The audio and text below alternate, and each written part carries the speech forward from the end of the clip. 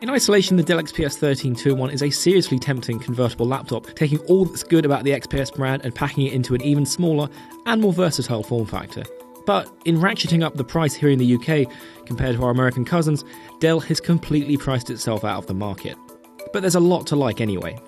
At 1.24 kilograms, it's ultra lightweight, although it is slightly heavier than the Full HD regular XPS 13, and it's bonkers thin at just 13.7mm. It has that now famous Infinity Edge display alongside Dell's attractive carbon fiber composite wrist rest, and it all looks great.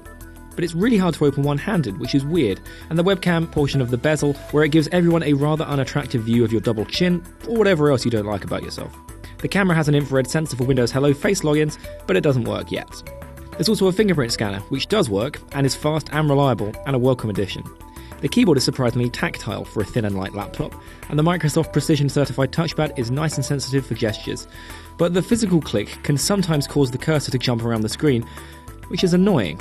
There are two USB 3.1 Type-C ports, one on the left and one on the right.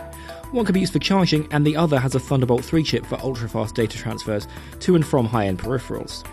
The Full HD screen is bright and colourful, but in the UK it's only available in the Core i5 specification that I probably wouldn't recommend given the price difference. It has an extremely annoying habit of automatically dimming based on the content that's on the screen, and it can't be switched off, either in Windows or in the BIOS. It is at least touch sensitive and supports Windows Ink, which is great and unique, but it doesn't ship with a stylus, so you'll have to pay extra for that. Overall system performance is sprightly despite the ultra-low power dual-core Intel Core i7-7Y75 processor, which can briefly boost from its 1.6 GHz base speed to 3.6 GHz. But this isn't a photo or video editing machine, and it can't sustain that kind of speed for long. Battery life's pretty strong as well. I could just about eke out a day of use, but it was a bit of a stretch.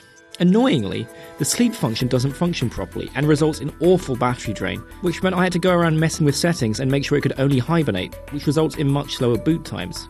Lots of minor flaws add up to a £1,349 laptop that doesn't meet expectations, and the model I tested will cost you about $1,500. Even in isolation, the base price is far too high. If you want a 13-inch laptop, buy the regular XPS 13. If you want a lightweight on-the-road machine, pick the 12-inch MacBook or Asus ZenBook 3.